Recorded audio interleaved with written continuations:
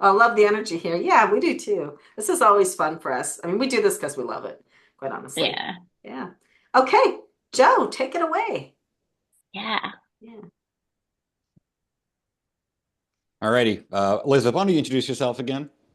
Yes, I'd be happy to. So my name is Elizabeth Gearhart. I work at Gearhart Law, my husband's patent, trademark, and copyright firm. We also have a radio show on that we record at iHeart Studios in Manhattan. It's called Passage to Profit. It's for entrepreneurs. We started it almost 7 years ago. That's what got us into the podcasting. They also release it as a podcast, and this last year and a half, I've really been digging into podcasting and researching quite a bit and finding out as much as I can. At Sonia's urging, so full disclosure, Sonia is my business coach, business and life coach. She's amazing. I met her on the radio show. She came to present on the radio show. And we also have a podcast studio in our building in Summit, New Jersey that is almost done. We've had contractors, we've done a lot of the work ourselves. And we're going to be renting that out for people and also coaching people if they need help getting their podcast going. And I do have one person I've been helping, Antonia Tomeo, who I just love because she's such a good podcaster. And, just giving her a little bit of help with the technical stuff makes it so her story can get out there. And I think everybody's story is important. So that's me. I agree. My name is Joe. My company is called Personal Press, small company. I'm what you would call a video producer. It kind of sounds like it could be anything, and the way I generally look at production is we work with clients of all different types of budgets, right? Well, I'll have creative calls every day, and someone will say, well, I don't want to spend this much, or I do want to spend this much, or maybe they're a mid-size or small company. Generally, what I do, the very first instance is we determine sort of what clients want to make and how you can achieve that at a certain budget. So I'm often cost cutting. I'm often hiring people and trying to figure out how it works for in a particular situation. I use the word content solution a lot because a content solution is like a way you can create content at the highest level at the lowest budget. So it's, generally, like I said before, the editing, puzzle solving, same kind of deal in the creation of professional video. It's got to dot all your I's, if you will.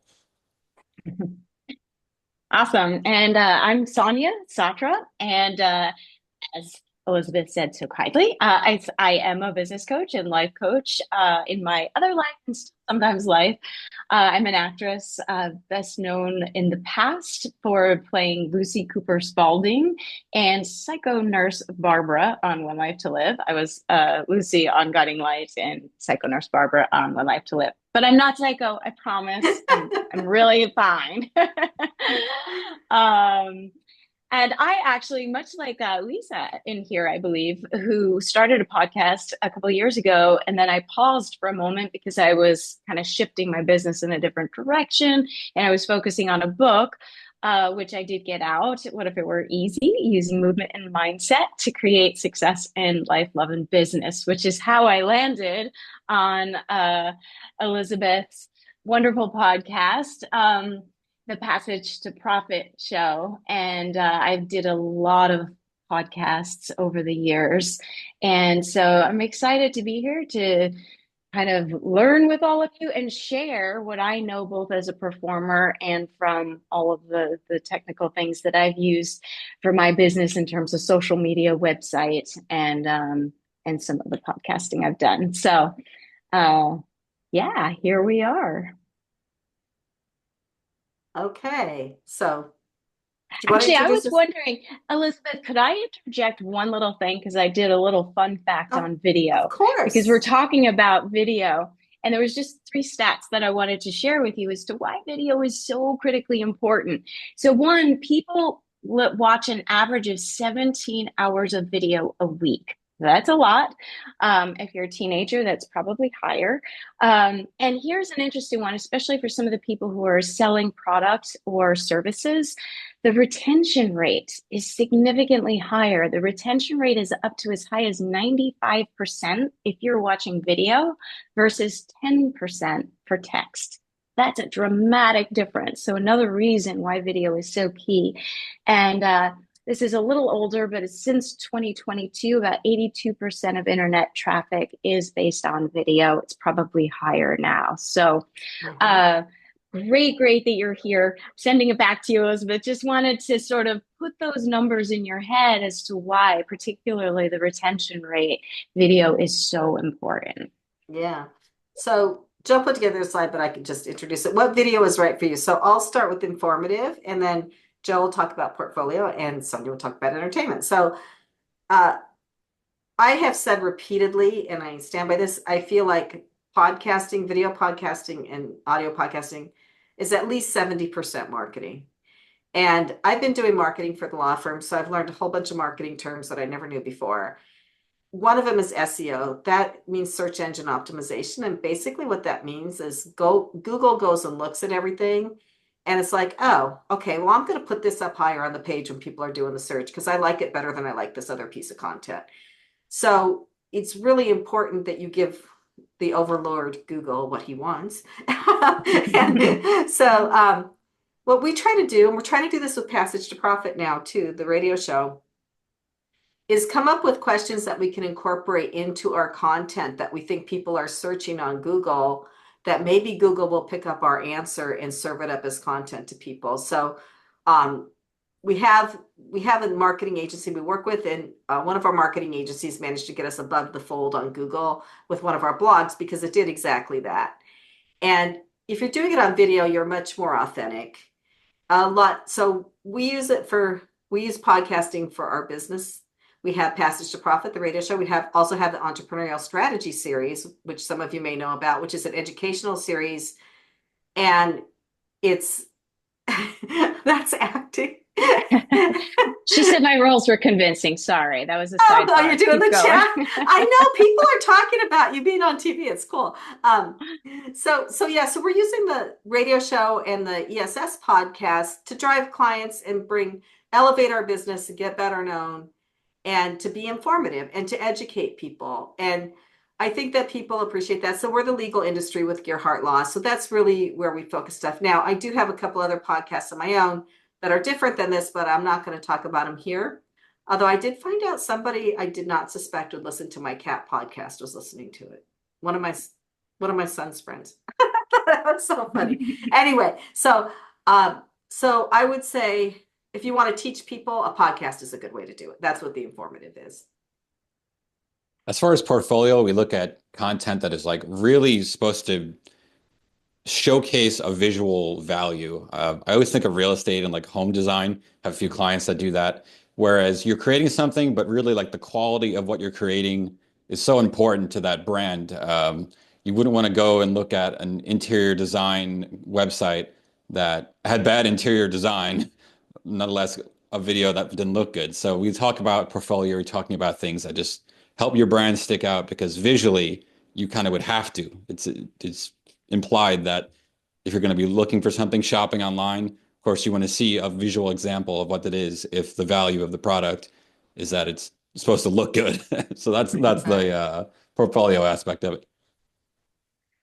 And then the entertainment aspect, which for some of you, right, who are doing the video games or maybe sports, or maybe it's just pure entertainment, or as I think Elizabeth sometimes crosses into that infotainment, and I definitely would sort of fall under that umbrella as well, where sharing information, for me, it's around mindset or the impact of movement on mindset or how to reach goals or any of those more motivational manifestation like things. And so it's shared in a, I guess, more entertaining way.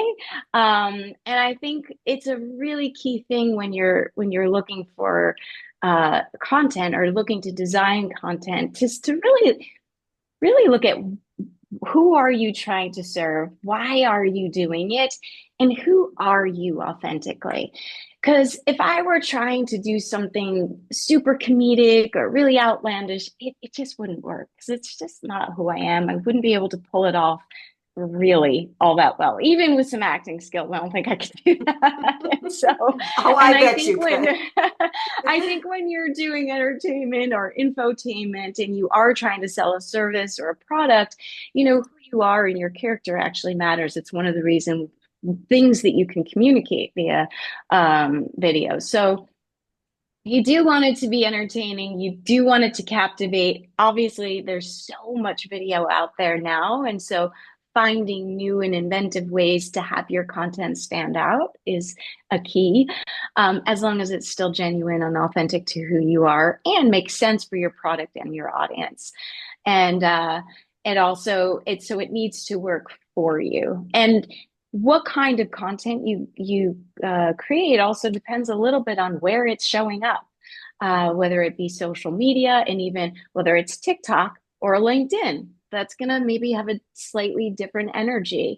Or if it's on your website, maybe it's a slightly longer form or more professional video there, or a podcast. And obviously, that depends a little on the kind of podcast that you have and who you're speaking to.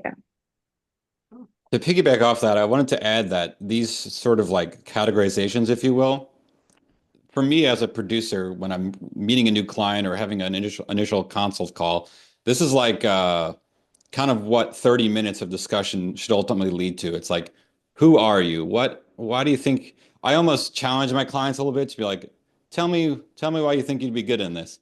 And generally, one of these three answers are the solution to that. Informative being that individual feels strongly about the work they do.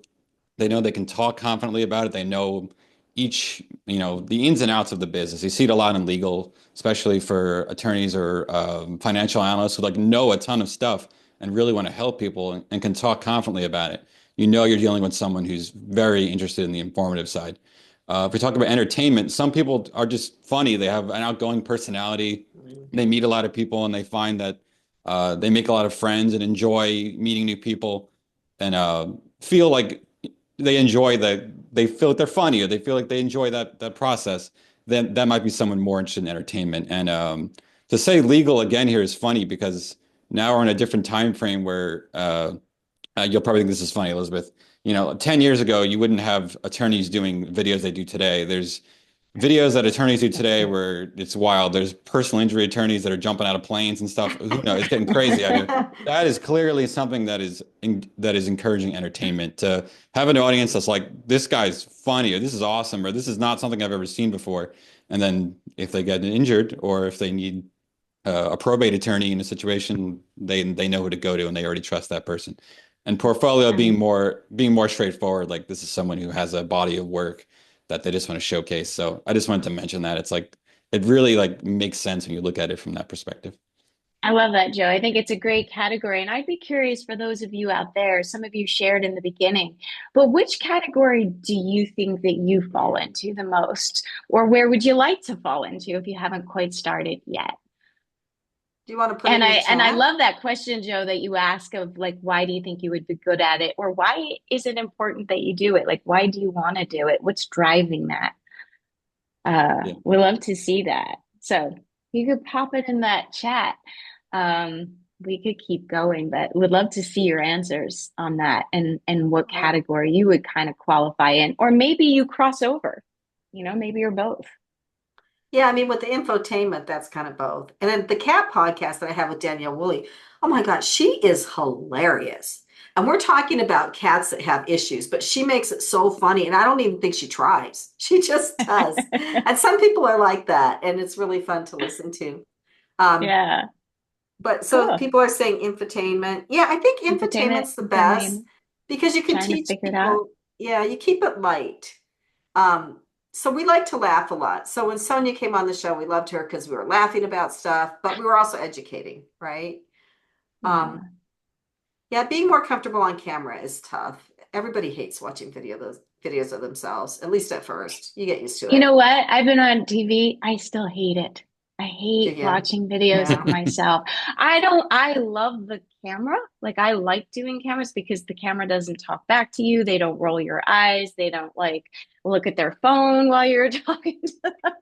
So I Yeah. actually find the camera very personable, but I still hate watching myself on video. So, Yeah. yeah. So to make sales, you could travel for business. So TikTok is good for that, depending on what you're doing. We had Kay Allison on this meetup a while ago. Kay Allison, she is an unbelievable. She goes viral Hmm. on TikTok with business. Unboxing, what does unboxing stand for? Did we say unboxing somewhere? I'm not sure. Yeah. I don't believe so. I don't I don't see recall it. saying unboxing. Okay. If we did, maybe you could give us some context. If it could be, maybe unboxing videos are pretty popular on YouTube. Like when you order a product, you do an unboxing video. I don't know if that's what it's Oh, referring to, maybe but that's it. those are very popular. Yeah. Power influence. This is Empower, great. influence, There's informative. really lots of Yeah. variety here. Yeah. So, okay, should we go back to the Yeah, slide? let's So, keep going. if we want to talk about SEO research, so I got to tell you, if you want to get discovered, there are some things you can do. It won't guarantee it, but marketing is such a huge part of it. And I want to talk about YouTube here. I know a lot of people said they were on YouTube. Everybody has to be on YouTube. And if you if you can't do a video and all you have is audio, you can use a program called CapCut to overlay pictures on top of your audio. So you have something. Yeah, okay, yeah, my email address, someone's asking for my email. It's elizabeth@gearhartlaw.com. So you could use something called CapCut to overlay on the audio so that you can have a video to put on YouTube. Why do you need to be on YouTube? YouTube is the second most search engine. More people are getting their podcasts from YouTube than Spotify or Apple or any other spot now. The content, consuming content there. And then you see here VidIQ. So this is something so cool. There's CapCut.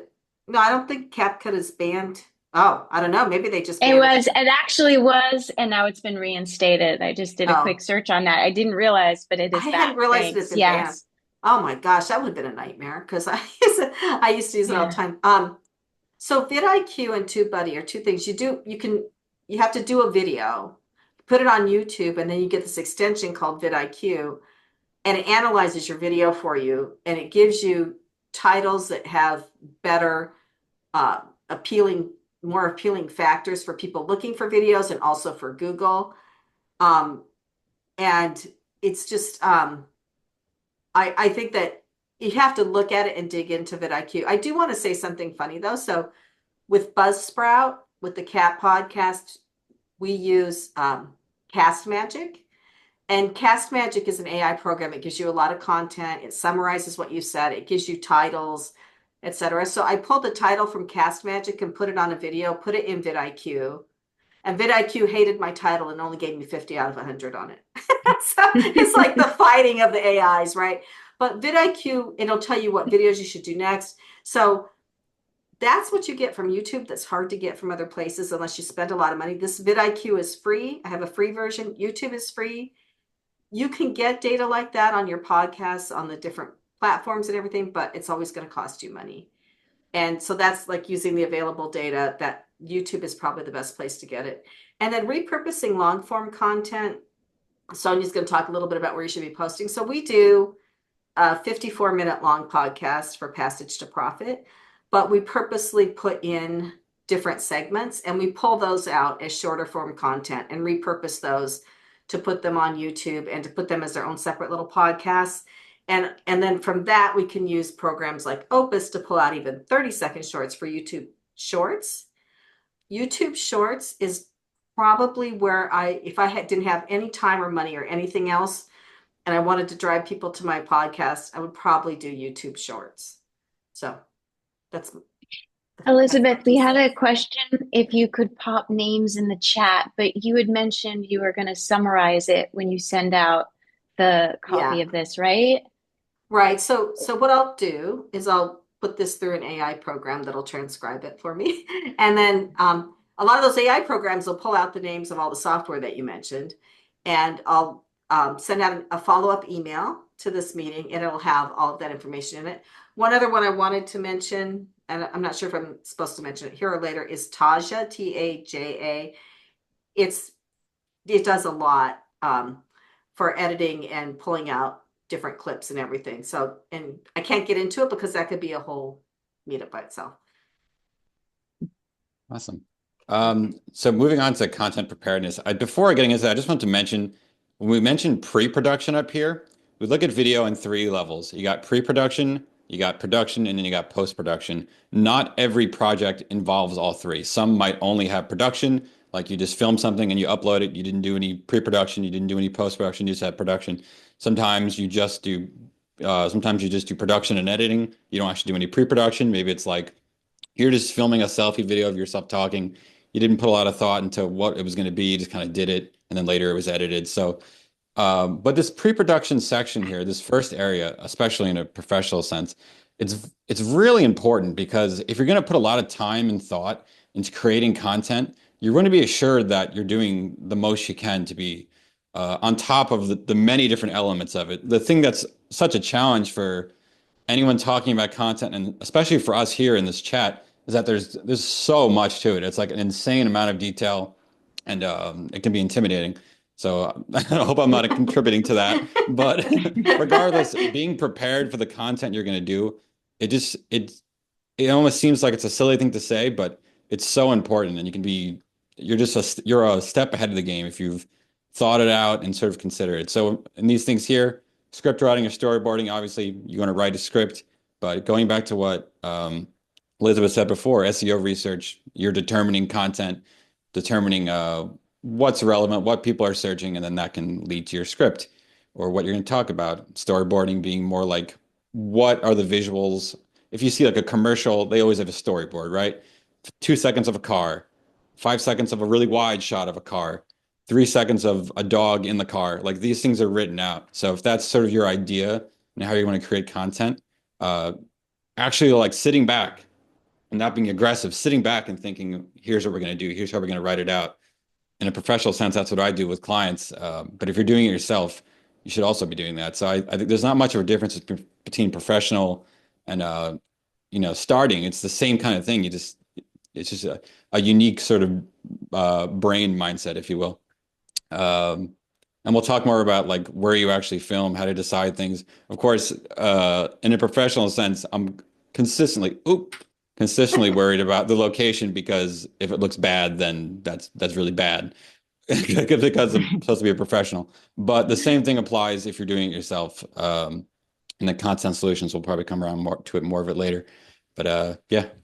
Can I just jump in real quick here? I do want to say, Richard and I do the Passage to Profit show. We interview entrepreneurs. We interviewed Sonia for this.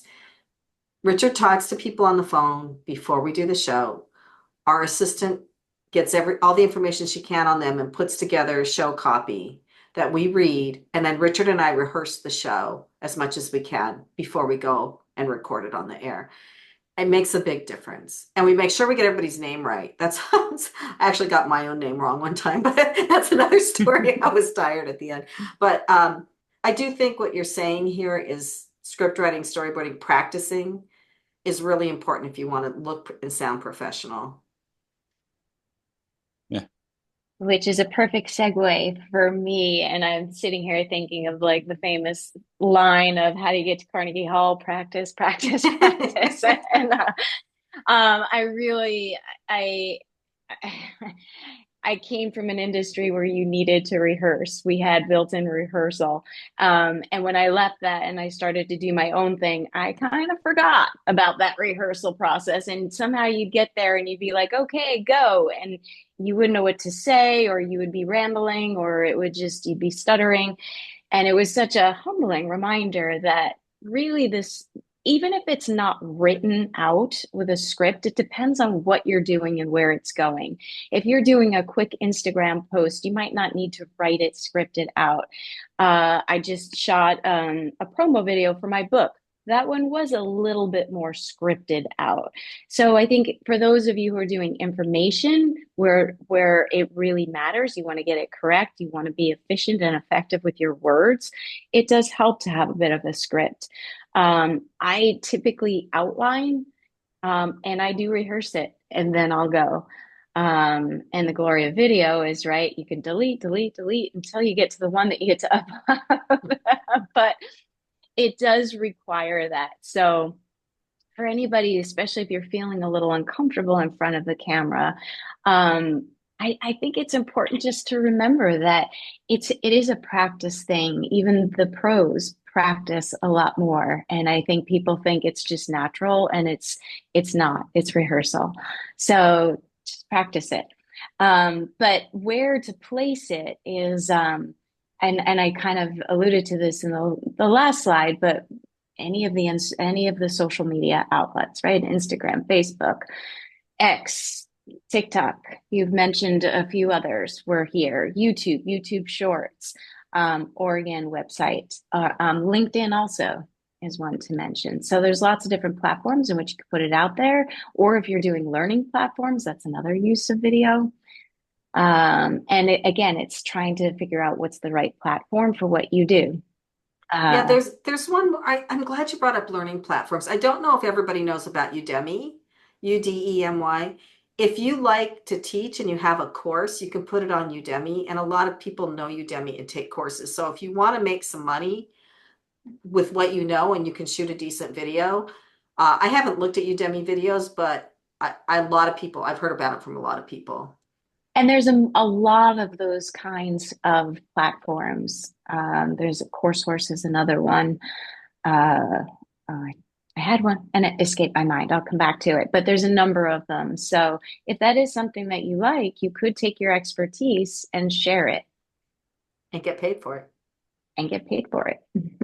I wanted to offer one little piggyback again, Sonia, based on what you said. If we're talking about like comfort on camera and that sort of development of that, that's a classic content solution. I'll give a good example. We were hired by a company. This is a European company. The Europeans do business very different in a marketing and video sense. It's just a different style. It's hard to explain, but a decently large company. I mean, they're a worldwide company, and basically we interviewed one person. They wanted to do it. You know, when you shoot film, I'll just show you an example here. You see some people look directly at the camera, traditional like at the camera approach, whereas some look to the side, like a 60 minutes, and they're either talking to someone right there, or it could be anyone. Could be your son, could be your husband or your wife, could be your friend, or just someone that's working on the production crew, and they're just talking and answering questions. Um, this is another thing to determine when you're going to create content. Like, what is the most comfortable place for you to do this? Because whatever is not on camera doesn't matter. That's like a classic rule in film. Because you would see a film set, you think everything's super clean. You zoom out the camera like 5 feet, you see 100 wires and this, that, and the other. On that shoot, we interviewed one of the executives. We did that interview, and the CEO of the company had seen that, and we set this thing up, and the CEO said to me, "I'm not filming it like that." Just very clearly, he's Danish, so he's very direct, and he was just like, "I'm not doing that." So here we are. We have a problem we must solve. This is the CEO of the company, and this is probably the most important thing. So we discussed this a little bit beforehand, but you know, there's a lot that gets lost in the pre-production of this, especially with large companies. But the solution is simply we set them up straight. We have a basic script that we had beforehand in case that was going to happen, and we just kind of shifted to that. So like that's like a classic example of like how you can solve a problem if you have that problem in video. Excellent. Yeah. And just a couple of, sorry, I know we're getting too deep on this. We need to get back into video, but a couple of things since that has come up in terms of some people who don't necessarily feel as comfortable. There are a couple of tricks too. You can put a person behind the video that you are comfortable with. So you're basically talking to a person, a spouse or a friend or a kid. I've used my children sometimes. You could also I've seen people put stuffed animals. I've seen people put pictures of their ideal client or of somebody that they like. I like that one. You can put all of those things right at the camera line, the eye level. You want to make sure you're not off unless that's intentional. But so it's that you're talking to somebody, so you don't feel like you're just talking into the ether. Yeah, that was great. Great advice. And one quick thing. What about using a teleprompter? That's so unnatural to me, but when you get started, just to practice, you could use a teleprompter. I think it depends a little on the information. If you have a lot of content that's complicated, teleprompters can be really, really helpful. It does take some practice because otherwise you can tell you're reading, right. But I think, again, it depends on what you're doing, how technical it is, and how comfortable you feel with it. But I know people on the soap who used to use teleprompters. They don't do that anymore. Wow. When I got on, they kind of had nixed that. But there were some of the old timers who had used teleprompters even on the soap opera where you sometimes have 50 pages a day. So they can be Wow. useful, but it's another skill set. You just have to learn it. Okay. And I just wanted to say thanks, Mabel, for popping in here. There's some great stuff in the chat. Another platform for people who do finance and career development where you could do video for them, just like you were saying, Udemy, or Udemy, however you pronounce it. I don't know how you pronounce it. Yeah. This one's another one. So if somebody's in that field, take a look on the chat. Great. Okay. All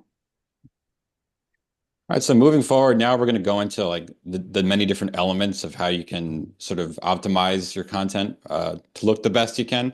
The first thing we want to start with here is location. So there's a lot we can talk about here. And we're going to go into everything. So this is location, you got light, you got audio. So when we talk about location, we're just talking about not only having a background that sort of is interesting or complements what you're doing, but also, so in film, what you need is space. You need a large space. To give you a really strange sort of understanding of this, if you hold your finger in front of your eyes and look at it with one eye, look directly at your finger, you'll see the background is blurred out, and all you can see is your finger. Your eyes work the same way as a camera does. So in order to have that, you need to have depth. If you're going to be on film and you want it to look really good, having a large space, like Elizabeth and I were talking about this beforehand, I feel uncomfortable saying it, but Say it, Joe. I can take it, Joe. I'm a big girl. My comment was that a classic mistake is to just like film with just like a wall right behind you. Obviously, in Elizabeth's case, that's okay because that wall is completely bare. Like it looks like a normal, like a white background. But if you're just like filming in your office and kind of, I don't want to say lollygagging, it doesn't take that much effort to consider the space around you and how you can place yourself, as well as decorate the background. Even for me here, I have a light with a flower. This fella here has looks like a lightsaber. This is a light you can buy, relatively inexpensive. It has some designs here. This is a shot that we set up at a school. All this kind of stuff in the background here, we just kind of like shuffled around. This guy over here has some stuff, and this is just it's little things, but that makes a big difference in creating a neat looking image. So the f1.8 and the f18, what are That's those? that's aperture. So like the aperture is how open or closed your lens is. This is very technical. In the case of this example here, f1.8, that means it's the most open. So it's letting the most light in. I don't want to get too technical into it, but I didn't intend to talk about these numbers here. There's just an example I liked, but yeah. Okay. So And is there any, if your lens is more open, you're going to be letting in more light, and you're going to be focusing the focus of that video. Like when the lens is wide open, whatever you're focusing on, the camera focuses like our eyes do. It's going to be more separated from what is behind it, and it's just more kind of like a contrast? standardized, like attractive looking thing. Okay. So Stephen, is there anything in the chat that we're missing? I don't know. I don't know if you guys are missing anything. There are a bunch of people that, they're just kind of commenting on things that you're saying. They have their own responses and thoughts about these kinds of things. Um, I don't know, people are talking about the backgrounds like you were talking about.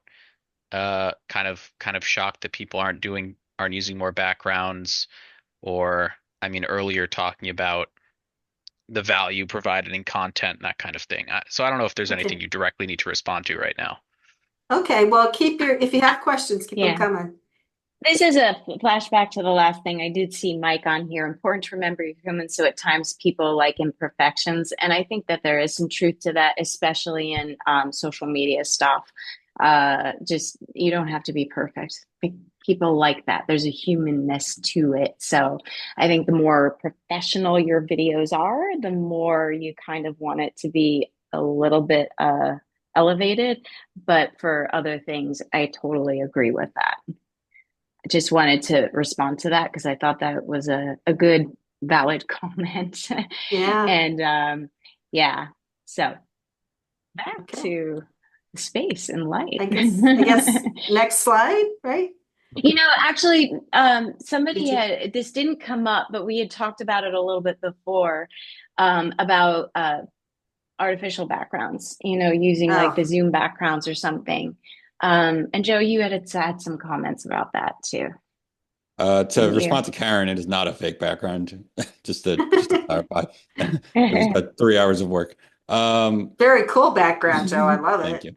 you. Beats mine. Sorry, I interrupted you guys. No, artificial backgrounds. It's So the okay. virtual backgrounds. So should people use them? I'm like, no, please don't use those. What do you have to say about those? What do I have to say about virtual backgrounds? Yeah. Virtual Um, backgrounds. I I mean, from like the pre-production side, if you're creating something and it's working for you, doesn't really matter what it is. That's like the ultimate answer in anything in production. But I mean, I don't know much about virtual backgrounds to be honest, but if you look at it and you feel like it doesn't look cheesy, then that's okay. But at the same point, what you can make in a virtual background is something you can make in real life, just by shifting how you want to, create things and putting a little thought into it. So I think it looks better when you put some thought into it. Okay. I kind of I with the thing that I don't love about virtual backgrounds is the pixelation, and that your hair looks weird and you're like going in and out I of videos, know. and I find that a little distracting. Sometimes it's better. Someone made a comment about, like, you got these really wealthy people and their place looks like a mess or whatever.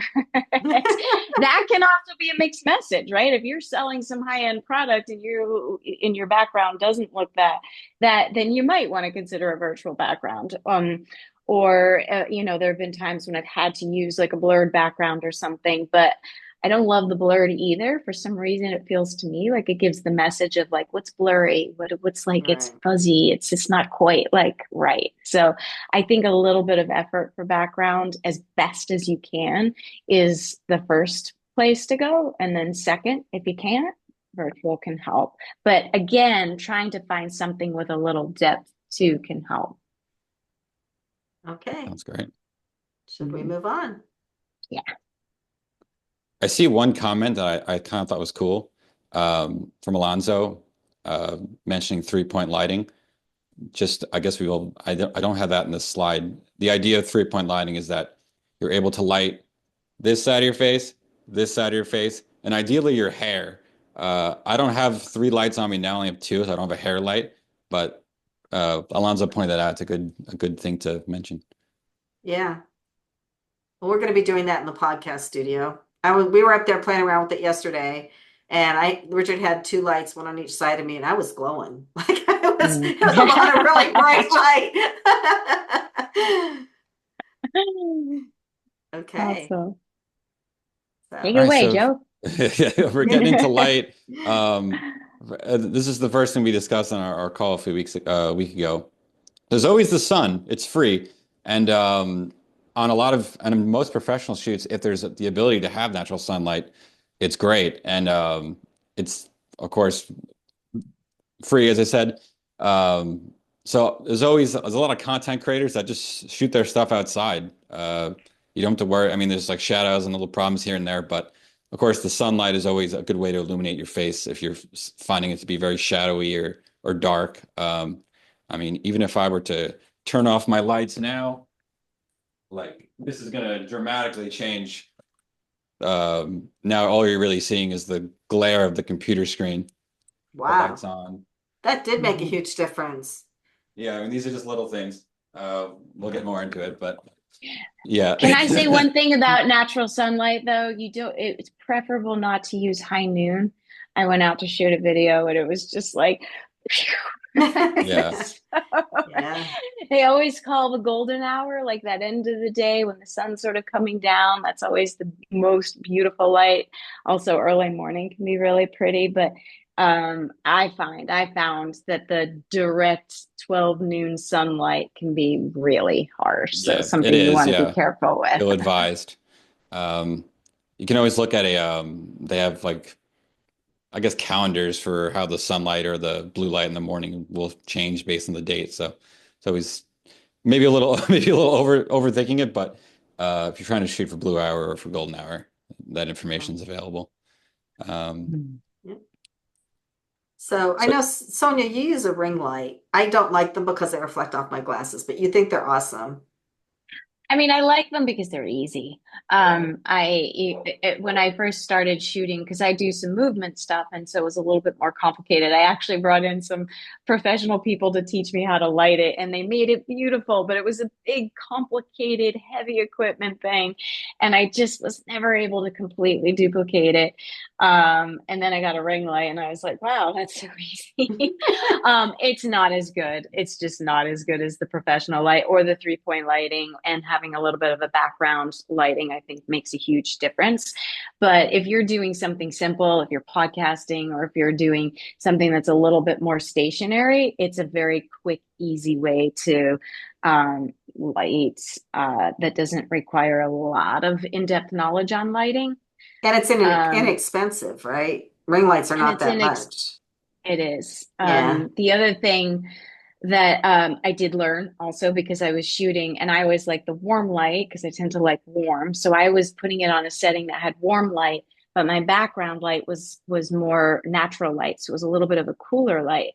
And somebody pointed that out to me who knows about lighting. And they were like, you've got two different lights going on. You need to keep them the same. So Joe, I know you were saying then it would be better to have the like the natural light or the cooler light on me that matches the background, or have warm light in the background. And then I could use the warm light setting on the ring light. So that's just something to be aware of, making sure what's on your face is matching what's in your background. yeah, yeah, exactly. Yeah. We were talking about this before. It's like, I guess to introduce it, like there's different temperatures of light. It's measured in Kelvin, but compared to like when I'm trying to introduce like an idea of lighting to like a new client or something like that, it's like when you design a house, for example, you're decorating your living room, or you're setting up new rooms in your house, or maybe you're talking to the contractor about it. Like there's different colors of those lights that are installed into your house. For example, like a cozy living room is probably not going to have like a daylight, which is like a very hot light.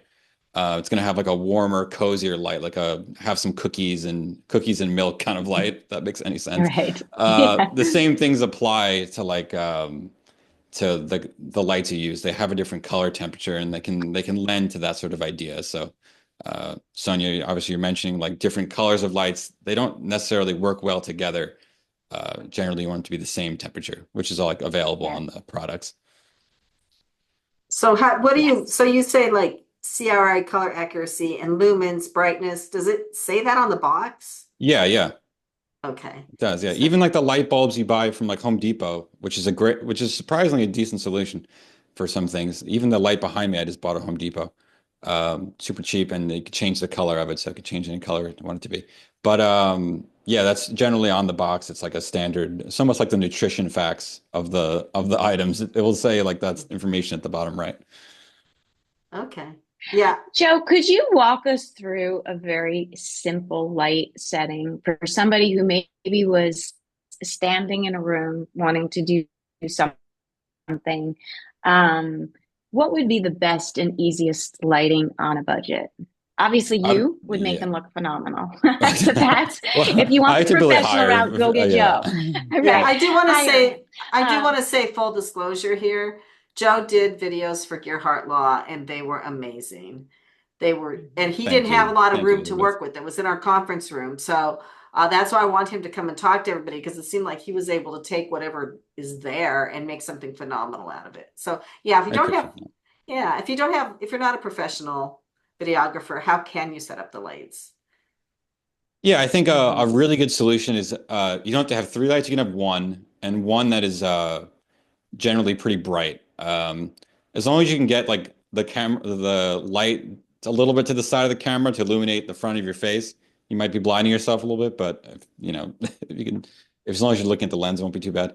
I'd say one bright light that is to the side or near of the camera that illuminates the front of your face, and ideally that light is like dimmable, right? So you can have it be at the least bright, or you can crank it up the most. That flexibility in lights is useful because it depends on where you're filming. If you're moving all over the place, you want to be able to kind of control what you have working. I think someone mentioned before, like the settings in the camera, that also plays a role. But I would say one bright light, color accuracy is like, I don't want to like go too nerd out too much here. But that's like the color accuracy, that how it represents your skin tones. The higher the number, generally like 95 is a great CRI. But I almost prefer to have lights that are bright. A lot of times people are looking at a lighting budget, like you need to consider um, having multiple lights to like add up a total of overall brightness. But if you have like one solid bright one, it's solid. We actually shot with one bright one in your office, Elizabeth, which is one. How do you avoid shadows? Because that sometimes happens with one bright light. You have to kind of like measure it, if you will, like have the other light fill in for that shadowiness. Like if you have two, one here and one here, and they're both kind of crossing each other. Yeah. The That's best thing I can helpful, I think. the best thing I can say to solve shadows is like play with it to try and get rid of it, because even professionals have to do that. That's like we talk about like content solutions. The same thing that holds you back as a amateur is the same thing that the professionals need to deal with also. And you bounce ideas off each other and work together to try and solve problems. It's not just like an end all be all solution is what I think I'm trying to say. Yeah, that makes sense. Yeah, Richard has certainly played around with lights a lot in the podcast studio, and he has the ones that change color in the ceiling. You saw those, Joe. Yeah. So we're going to have a lot of fun up there. But yeah, yesterday he had a light on either side of me, and that seemed to work pretty well because, like, I didn't want something real bright right in front of my face blinding me, right? So, okay. Yeah, I feel like that pretty much covers it. I mean, there's some other little things here. The ability to change the color, just lights that can like work in other situations is always good. But all right, audio. Um, Okay, I can talk a little bit about this if you want. So I'm using a fairly inexpensive mic right now. It's plugged in to my computer through a USB port, and I think it's okay. And as I was saying, if the audio was really crummy, then I would use a program to clean it up or have somebody edit it for me. Um, when we're recording for Passage to Profit for the radio, for iHeartRadio, they're super picky.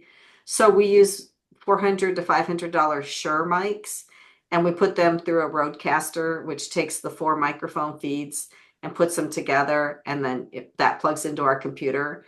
So everybody has their own mic, and they're very what they call directional mics. The Shure mics are, so that you get your mouth really close, but they don't pick up a lot of sound unless you're banging on the table. That happens at iHeart sometimes with their mics. Somebody will be banging their fist on the table, and our producer is like, "Stop doing that." And then so those are the mics we use. The lavalier mics, you probably know those are the ones that you can clip on your shirt.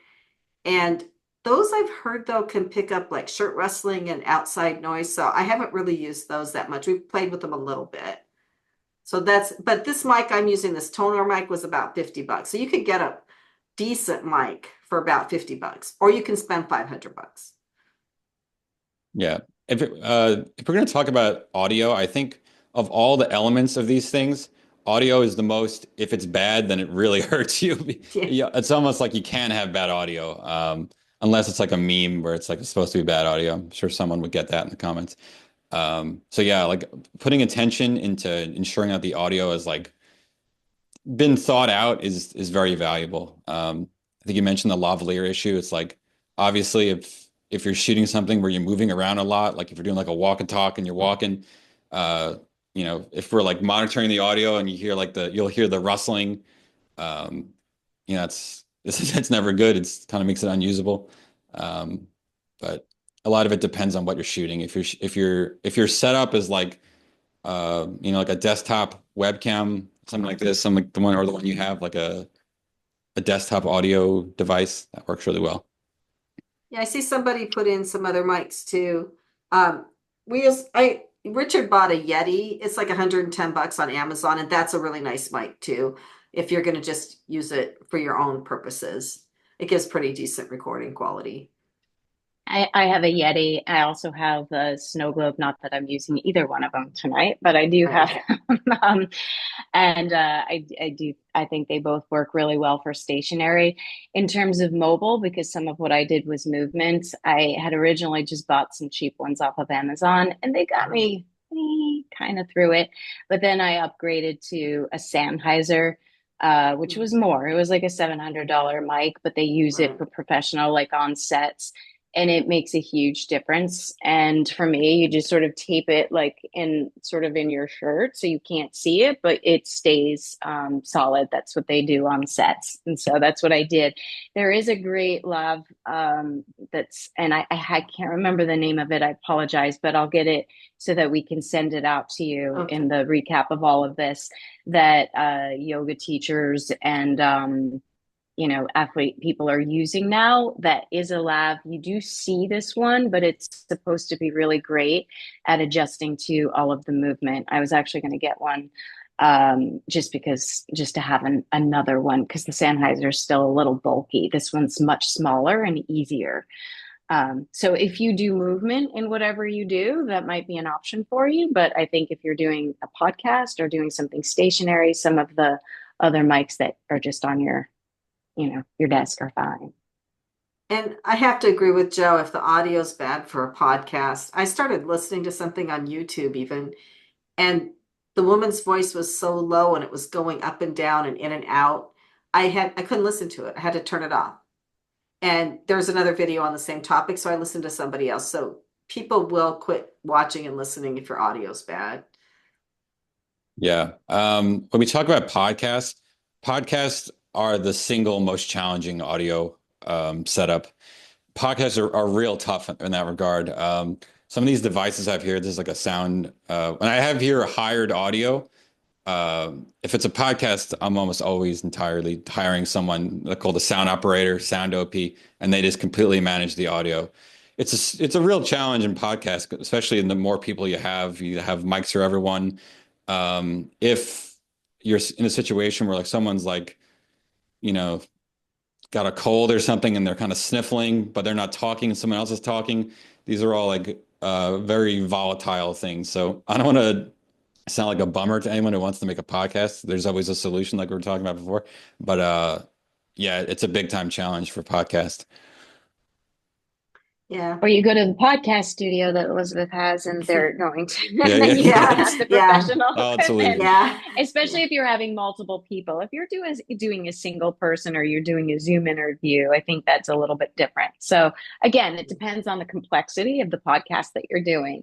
Definitely, as complicated as it can be, I think the point is, don't let that stop you, because No. you have something to say. It's important. People can learn from you and there's value in who you are and what you are going to be sharing. And so we don't want the equipment to get in the way. If you have to start cheaper, if you have to start smaller, it's okay. You can build up. And there is something probably for every level and for every situation. Well, and you mentioned Zoom. I just want to say something about Zoom. If you click on the little audio microphone, the little caret next to it, and you go into the audio settings, there's like noise cancellation. They've added a bunch of stuff. I haven't looked at it They all have. too. So Zoom is trying to help you produce the best audio possible. And then if you go into the video, it has touch-up video. I always have that on like 100%. It smooths out your skin and takes away all your lines and stuff. But I would encourage you, if you're going to record on Zoom, which Zoom, I love Zoom. I know it's not the most sophisticated. There's ones that are more expensive and more sophisticated, but they keep adding features that make the recordings better and better. So maybe you record on Zoom, even if you're just recording yourself, and use all their features to try to clean things up. One other thing I want to mention is that depending on your budget, like if let's say you already have a certain camera or you already have a certain audio device, like this device here, or like a certain type of camera, they come in what's called a preamplifier. This is like a preset sort of like hardware, if you will, that's designed for audio production, that it increases the audio signal and is just more designed for audio. So if you already have certain devices, you may be at an advantage if you're trying to create audio related things, because you have that preamplifier. A lot of cameras include that. We just got a super great comment. Stephen, do you want to read Mike Lipschultz's comment? Yeah, he just said you could start off on the cheap side and get better equipped over time. And there's lots of good pro equipment that gets cheap when it gets to be older. And I think earlier he mentioned he suggested kind of third-party resale websites to get used equipment rather than starting off with new equipment That to get. is, yeah, I'm sorry. That's brilliant because a lot of people try this and they give up after, and the equipment's perfectly fine. There's also a lot of studio equipment that studios close down or production companies close down and they're getting rid of or they're upgrading, and you can get really, really good equipment from there as well. Yeah. So I'm going to save the chat and I will pull out of the chat what I can. So, and I think I can pull everything out of it and I'll put it in an email. And of course, this video is going to be on our YouTube channel. So I'll send out the link to that when we're done too. Nice. Lots of good suggestions here. Used items at camera stores as well. And also to prep your room so that you have the best possible, whether you have carpets or you have something on your walls so it's not bouncing off of hard surfaces. Yeah. All great comments. Yeah. This thing here, that's like I don't know if you can see it. It's very dark. Let's try and angle it. Do we see it? I don't know if you can't see it. It's soundproofing. So it's like, you see them in the studios. You don't need a lot of them. If you have a room that's very, like you're getting a lot of echo, just put stuff in there. Just put some blankets, some tables, just things that will, soften the echo. Hey, you guys up for a road trip to Vegas? Yeah, I see that. I was like, all right. That's true. I'll be there. I'll be there in 20 minutes. Then we can meet Elvis. Exactly. We're gonna have our whole meetup showing up in Vegas. That's awesome. That'd be fun. Nice. Okay, what's next? All right, so stabilization, another classic. I mean, obviously, if you're like doing a selfie video, the idea is like you're moving around, you're walking. But if you're trying to do something professionally or have that sort of production level, stabilization is an important thing, and it's generally one of the cheapest and easiest things you can get. Sometimes you don't have to spend anything. You could just like tape your phone to a wall or something. That would work. Again, my answer to these things are always like, if it works, then it works, and you don't have to spend any money on it, as long as it works. These options here are like, low-cost tripods, little stands, things if you already have a camera, you can put it on, but they also have ones for phones. Selfie stick, if you're kind of doing like travel stuff or you're moving, or this low-cost gimbal here, which is like a phone, if you're doing I'd recommend anyone who wants to do DIY like real estate stuff to get like a gimbal like that. So if you're going through a house, you're able to move it around, these smooth movements. Everything in film has like stuff you can do with your phone, but then like the version that's for the camera on like the right side here, a rugged tripod, the electronic gimbal, which is for the camera, or like support things. Again, this is all like very sort of like professional approaches to it, but there's also the simple approach. Joe, how about drones for things like real estate? I know some real estate agents who use that. Thoughts about that? The first thing is that you have to have a license for it. So I don't. Even the little ones, the ones you just buy and like. Yeah. The FAA will get you. Yeah. I mean, just ignoring that part, if you can get a small drone and you're able to see value in that, like an example could be like, I don't know, you have a business and you're walking into your door and you have a drone shot of you going in. That's cool. If you have real estate, you want to show a house, that's cool. Again, you can get the low cost versions that shoot some pretty good quality stuff, but it's very hard to maneuver. It's probably there's no way I couldn't do it. So it's a really fun hobby that can turn into a good profession or a good like part of your content style. Yeah, no, I just asked because I've heard of a couple of real estate agents who I know have been using some drone footage for their podcasts or even for selling apartments or houses. So it's an awesome for that. interesting one to play with if you're out there in real estate. Yeah. Okay. Next slide. Yeah. If you're interested in flying drones, most of those drones, they come with like you just download this app and you just kind of check in with the FAA as if you're a plane. I mean, they're considered planes legally. So you have to check in with the airspace and apply for the airspace if you're going to do it. And to answer, if anyone's curious, I have had a situation where we were hired to shoot something and we didn't apply with the airspace and we were yelled at, and it was pretty bad. But Oops. yeah, never make that mistake again. Another nice comment in here, thrift stores, also great place Yeah. to find, equipment on the cheap, and steady cams, something to think about. Yeah.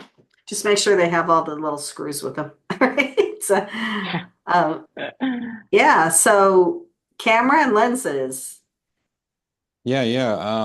If we're talking about, I mean, these are like things that I don't even consider like a low budget or like non-professional thing. Phones are a direct competitor of some cameras now, and especially iPhones.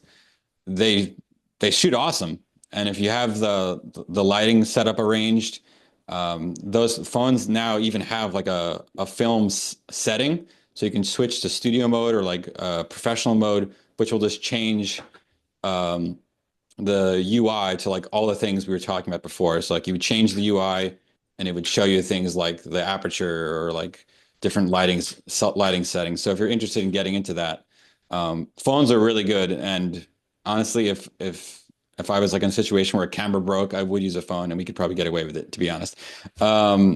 Webcams, also really good. Awesome for anyone who just wants to have a really predictable setup. Turn the webcam on, you do your spiel. It saves directly to your computer, and that's it. I can post some links to some decent webcam brands. Yeah, I just want to say Richard bought some Sonys for I think $150 each. They're small, but they work pretty well, and yeah, pretty good video from those. Yeah, they're awesome, the webcams.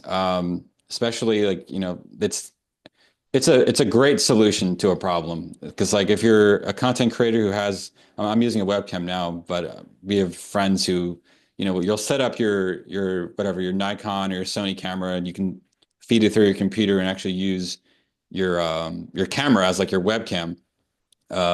Granted, you have a lot more flexibility. You can get a better image with a camera, but webcams are like a really solid solution, and I consider them very affordable considering cameras are $5,000.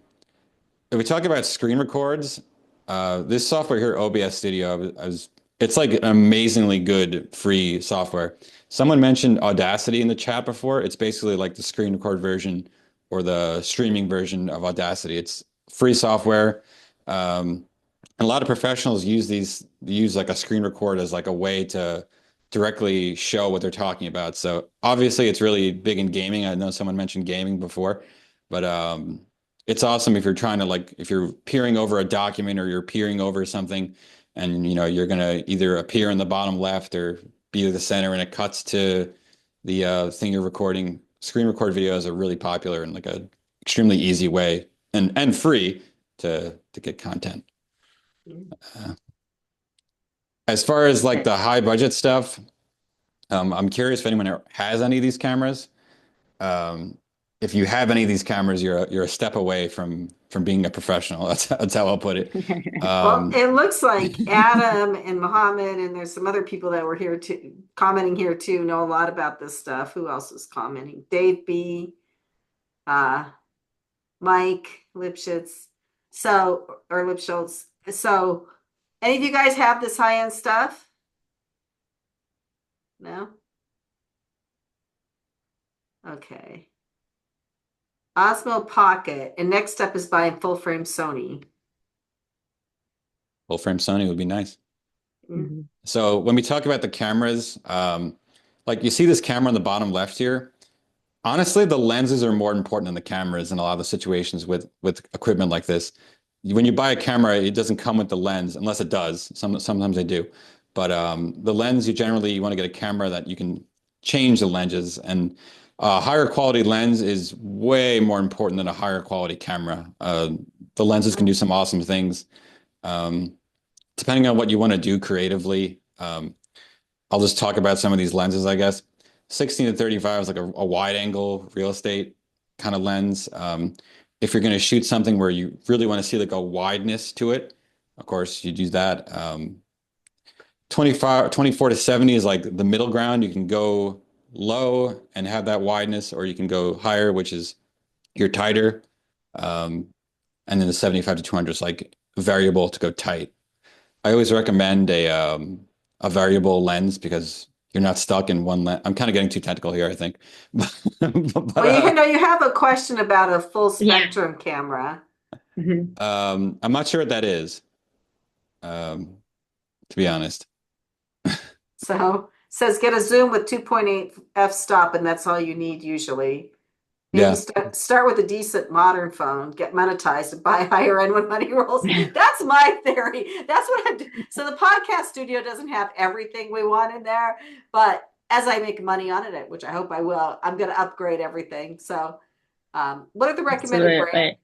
Yeah, recommended brands for lenses. No, phones are not cheap either. I agree. Yeah. But most of us have They're phones. not, but most people have one. Exactly. Yeah. So it's a multi-purpose.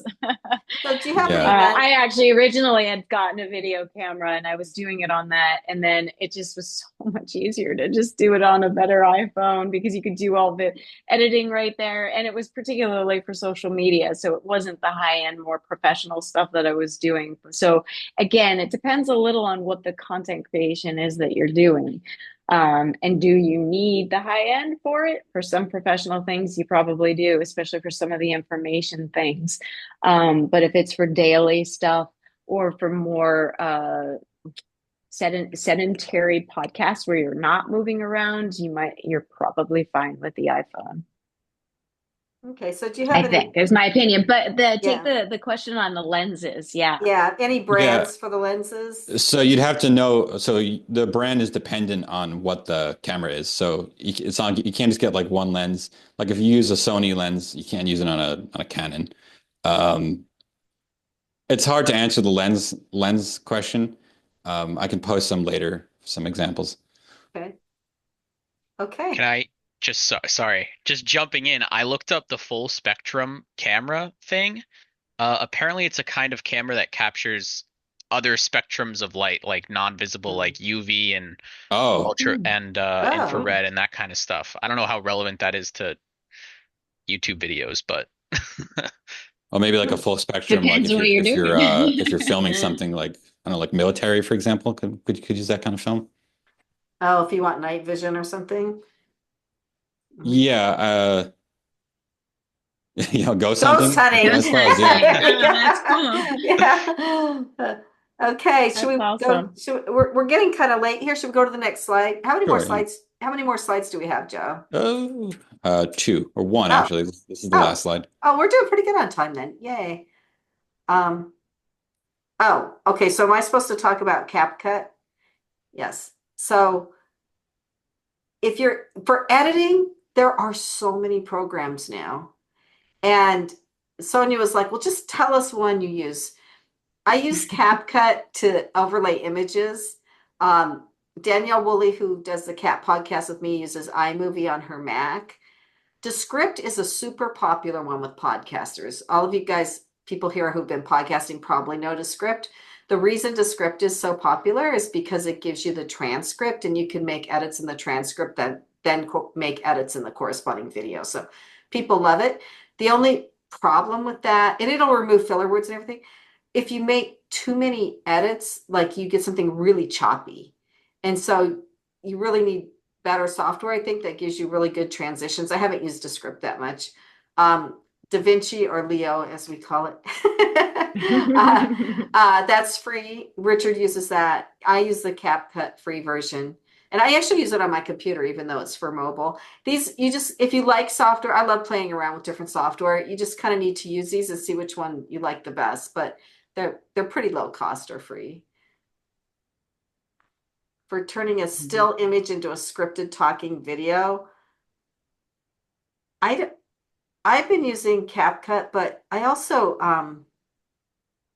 there's a new beta version of Canva that does some really interesting things, and I've done a little. I had access to it for a while. They're just testing it.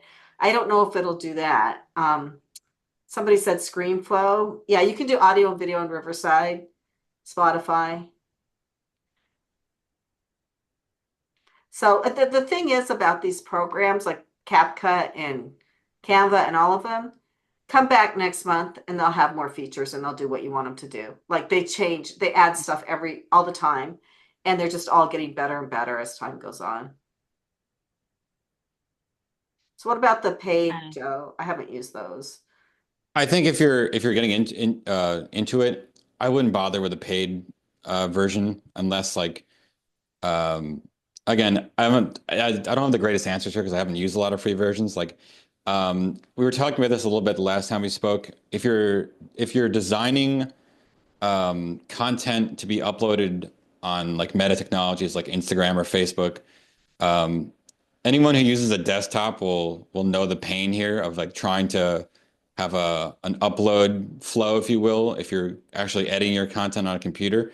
Those apps are better, are way better for uploading content that's created on a phone. So if you're recording things on your phone, whether it be vertical or horizontal, a phone editor, like a free phone app to edit, as long as your edits aren't like too complex, um, are really great for that reason because you can just have that file already on your phone. You can just upload it from there. Again, I love Adobe. I mean, I've used it forever, so it's kind of like it's home for me. But a lot of other pros use Final Cut or Avid, which are like the kind of competitors. But DaVinci, I know some people are mentioning they use DaVinci. DaVinci's like also really, really strong. Many would probably just use DaVinci as a default, even if they were doing something professionally.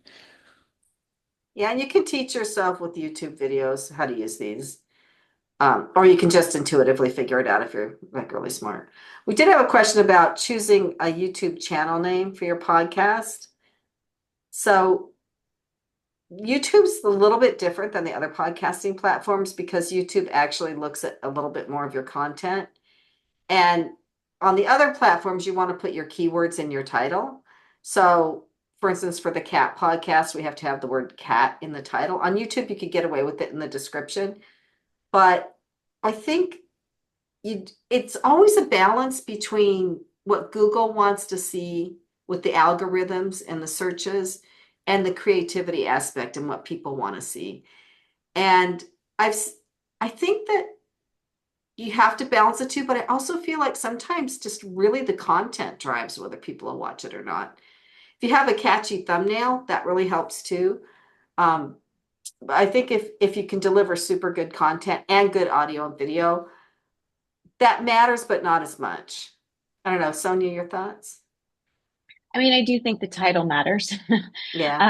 And so, I mean, I think there you can certainly uh, test through some of even the AI stuff. You can kind of measure its effectiveness just to see. I would bounce it off of friends and people that you know, or throw it out on social media and ask people what they like best, do a little bit of reconnaissance.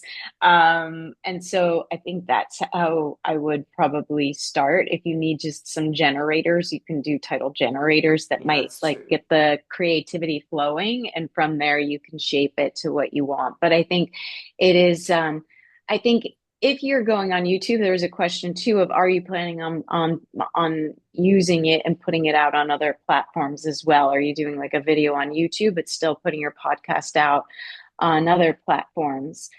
Because if you are, then you definitely want to follow the rules for the title for the other like Spotify and Apple and all So, of those other podcast platforms right, that I think matches the I, YouTube. I think I read it a little wrong. So they're saying the channel name for your Oh, the YouTube, so channel name. YouTube channel name. I So gotcha. Sorry. no, it's the same concepts that apply. That's a little trickier. So I that one I would have to do some research on because we've just like for Gearhart Law, it's the Gearhart Law. For Passage to Profit, it's Passage to Profit. I say It's don't use a channel name that already exists. Like yeah, Google Yes. what make sure YouTube it, make sure there's nothing else that's like showing for it. yeah, and And then do the legal. Come next time and do the legal yeah, clearance because I was following a podcast that actually came out of the gate super strong. She had a lot of followers. It did really, really well. And after 5 episodes, they had to pull it down because even though they had searched, like done a search and hadn't seen it out there, somebody owned the name. and they came back to claim it. And so they had to pull everything off. So be mindful of that. I would do due diligence on your name so that you don't run into that. You build an audience and then you have to start over. Yeah, you definitely. So Stephen can help you with that, or Richard. But yeah, so for the channel name, it has to be what your channel's about. I think somebody was saying here it's really your episode and thumbnail names that people are looking at. Um, and I've looked at a lot of channels and a lot of podcasts, and they just say the person's name, a lot of them. And that's important too, because then, I mean, if you're using your own picture and your own name, you know you're not violating any copyright. I mean, because it is yours, it belongs to you, right? So, Right. And then you just want to know the search words are matching what people would be yeah, searching so they can find it because they're probably not looking up your name. I actually have that situation. So you have to just be really careful about the name, the words that you're using. right. And someone said here is amazed at how little the title has to do with the content. Yes, a Yeah. lot of titles are very clickbaity, They, and it's annoying, but it works. but one thing I So have, yeah, what yeah, I'm sorry, go one ahead. thing I have read is that if you put a person's picture on your thumbnail, on your channel, it builds more trust because then they know who they're listening to or talking to. And so if you look at some of the best rated podcasts, they have the person's picture on their channel artwork. YouTube's probably the Mhm. same way. Cool. Okay. Is that Yeah. it? I have one, I didn't send that to you. Can I share real quick? I wanted to put up something. Is this the last slide? This is the last slide. Oh, okay. Same as That's the good. first one. Okay, well, I don't have to put up my slide. So I do want to say our next meetup is March 27th, it's the Thursday, because it was the only day we all had time. Richard Gearhart, who owns Gearhart Law, and Stephen Friedman, who's an associate at Gearhart Law, and Sonia and I are going to be doing this meetup. It's going to be at the law firm, at the podcast studio, which is the second floor of the law firm. So it's in person. It's also on Zoom. So you can come however's convenient for you. We're going to be doing a sneak peek of the podcast studio. So whoever comes will see it before the general public gets to see it in April. And we'll be talking about intellectual property concerns, copyright, trademarks. You can pick the attorney's brains. So, Yeah. yeah. Really great. And if you guys Oh, have any other, where are you located? okay. Can you put the, So, yeah, thank you, Stephen. Yeah, we're in Summit, New Jersey. So, if you can make it, come. Love to see you. And otherwise, come on Zoom. And put your questions in the chat. If you have questions beforehand, you can email Stephen, you can email me, you can email Richard, and get a free half-hour consultation if you want intellectual property advice.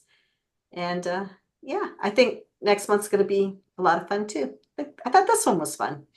yeah, that's Yeah, great. Thank you all for jumping in and adding your comments and great suggestions. This is it. This is what it's all about, of all of us coming together and helping each other. right. And as I said, I'll send out an email and it'll have the link to the video on YouTube and also have highlights and the links to and the names of some of the things that we spoke about. Okay. Great. Fantastic. Thanks, Great. everybody. Thank Excellent. you. Bye. Bye.